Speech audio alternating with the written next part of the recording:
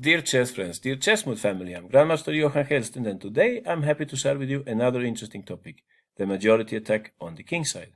Here we're playing with the black pieces. As you can see, white is having some initiative on the queen side. On the other hand, on the king side, his king is feeling kind of lonely on g2. There are not many fellow pieces around him at this moment.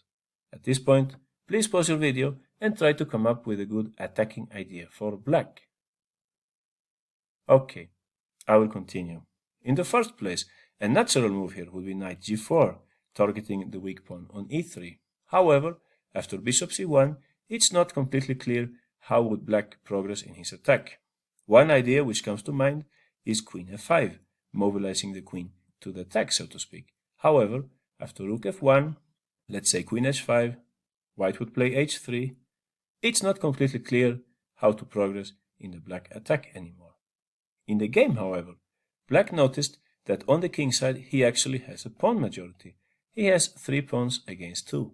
And this means that if black is able to swap one of his kingside pawns for one of the white kingside pawns, then white would inevitably end up with a weak pawn.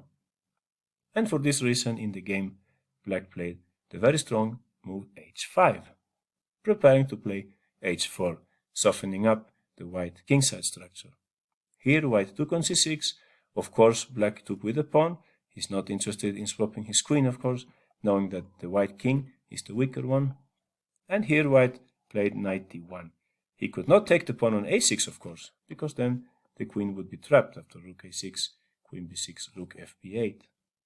After knight d1, it was possible to play h4 already at this moment.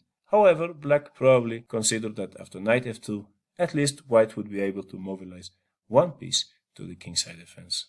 And in the game, he instead played rook b6. This is very clever because he's preparing to go rook fb8, pinning the bishop, if white moves his knight. For this reason, white played here c5, trying to create some counterplay along the c file. Black took that pawn, and after rook c1, again it was possible to play h4.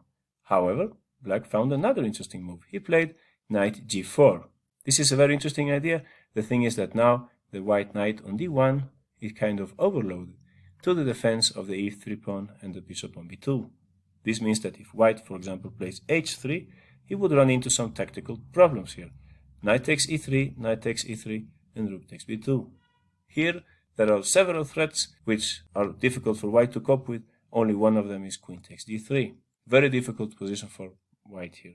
Another idea which comes to mind is h4, softening up the square on f4 for the knight. For this reason, white played the prophylactic retreat bishop a1, and here black resumed his initial plan by means of h4. This is extremely dangerous for white. He played here h3, trying to kick back that knight, and after knight f6, we can notice that if white tries to close the kingside by means of g4, black would have a very nice move here. It's not so easy to see actually, but if you look carefully, you can see that the g3 square is weak, and you can think about which black piece would like to reach that square. Exactly, the queen.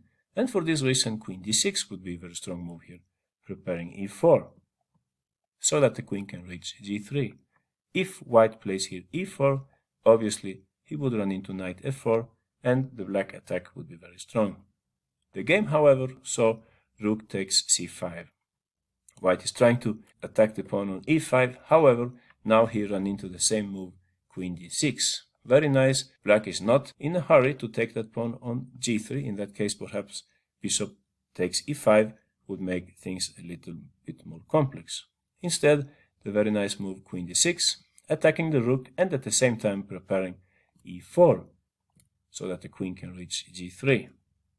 White tried rook c4, there followed e4, and already at this point we could say that black's attack is far too strong.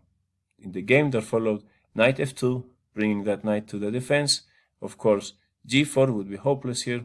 Black would just check, pick up the pawns with very soon mate to come. So knight f2 was played in the game, so that at least white is protecting the pawn on h3. After queen takes d3, king f1. There are several ways to win this game. One nice way would be to play knight f4.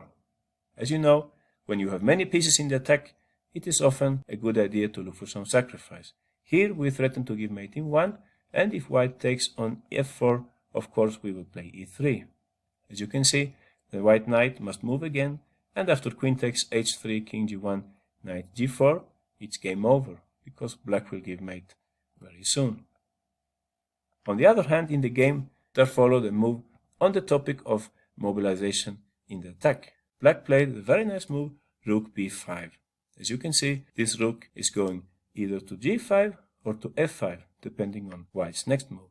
In the game, white took on e4 with a rook, sacrificing the exchange. Had he taken with a pawn, well, as you might have guessed, black would play here rook g5, inevitable mate on g1. And on the other hand, after rook takes e4, he preferred to play rook f5 instead, threatening to give mate on f2. White tried here rook f4, but it's already too late to save himself. After knight takes f4, e takes f4, rook takes f4, we had a double threat of queen takes f2 mate, and rook takes a4. White tried bishop d4, and here, nice little trick, knight e4. In this way, black is ready to go after b takes f4, queen h2, and there is no way for white to prevent mate next move, because if he plays here e3, well, then black would give mate on f2. Back to the initial position, let's see what we have learned here. Well, black noticed that he had a pawn majority on the king side, and for this reason he hurried to play here h5 in order to soften up the white kingside defenses. After b takes e6, b takes e6, knight e1, rook b6, clever detail, the last piece joins the party, so to speak, c5, d takes e5, rook c1, knight g4. The black attack already became very strong, and after bishop a1, h4 was a key move, creating new threats, and white's king was in huge trouble. At this point, let's have a look at a little exercise. Here in this position we're playing with the white pieces. What would you play with white here? Which do you think would be white's best move at this point? You can put your answer in the comment section. Thanks for today and see you next time. Good luck, thanks for joining the channel, and Chessmood.